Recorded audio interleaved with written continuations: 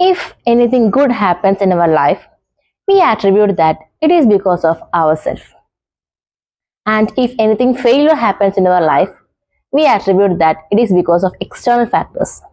Which means, നമ്മുടെ ജീവിതത്തിൽ എന്തെങ്കിലും നല്ല നടന്നു കഴിഞ്ഞാൽ അത് നമ്മൾ കാരണമാണെന്നും എന്തെങ്കിലും തെറ്റ് നടന്നു കഴിഞ്ഞാൽ അത് മറ്റുള്ളവർ കാരണമാണെന്നുമുള്ള ഒരു പറച്ചിൽ.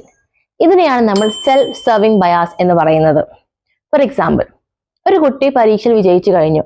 അപ്പൊ ആ കുട്ടി പറയാണ് എന്റെ എഫേർട്ട് കാരണം കൊണ്ടാണ്, എന്റെ ഹാർഡ് വർക്ക് കാരണം കൊണ്ടാണ് ഞാൻ വിജയിച്ചത് എന്ന് പറയും.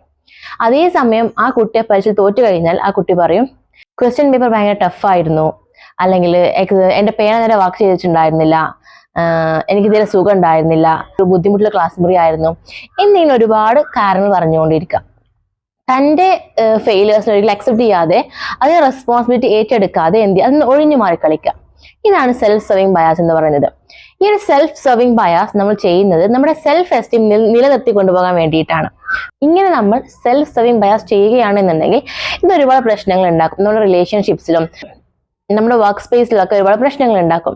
വർക്ക് സ്പേസിലെ കാര്യം വരികയാണെന്നുണ്ടെങ്കിൽ അദ്ദേഹം സെൽഫ് സർവിങ് ബയാസ് ചെയ്യുന്ന ഒരാളാണ് എന്നുണ്ടെങ്കിൽ അദ്ദേഹം കാരണം ഉണ്ടാകുന്ന ഒരു മിസ്റ്റേക്സും അല്ലെങ്കിൽ ഒരു ഫെയിലിയർസും അദ്ദേഹം എന്തെങ്കിലും അക്സെപ്റ്റ് ചെയ്യില്ല, അതിന് റെസ്പോൺസിബിലിറ്റി ഏറ്റെടുക്കില്ല. അത് കാരണം കൊണ്ട് തന്നെ അദ്ദേഹത്തിന് എന്ത് ചെയ്യാൻ പറ്റില്ല, ആ ഒരു മേഖലയിൽ വളരാൻ സാധിക്കില്ല. സോ നമ്മുടെ ജീവിതത്തിൽ പ്രശ്നങ്ങൾ ഉണ്ടാകും, അതുപോലെ ഫെയിലിയേഴ്സ് ഉണ്ടാകും, മിസ്റ്റേക്സ് ഉണ്ടാകും. അതിന്റെ റെസ്പോൺസിബിലിറ്റി നമ്മൾ ഏറ്റെടുക്കാതെ ഒഴിഞ്ഞു മാറാൻ വേണ്ടി ശ്രമിച്ചു കഴിഞ്ഞാൽ നമുക്ക് ഒരിക്കലും വളരാൻ വേണ്ടി സാധിക്കില്ല. ഇതൊരു തോട്ട് പ്രോസസ്സിൽ ഉണ്ടാകുന്ന എററാണ്, ഒരു കോഗ്നിറ്റീവ് എററാണ് ഈ ഒരു സെൽഫ് സർവിങ് ബയാസ് എന്ന് പറയുന്നത്. ഇത് നമ്മൾ മാറ്റാൻ വേണ്ടി ശ്രമിച്ചില്ലെങ്കിൽ നമുക്ക് ഒരിക്കലും നമ്മുടെ ജീവിതത്തിൽ വളരാൻ വേണ്ടി സാധിക്കില്ല. So if any mistakes happen or if any failures happen, take the responsibility of your actions. Thank you.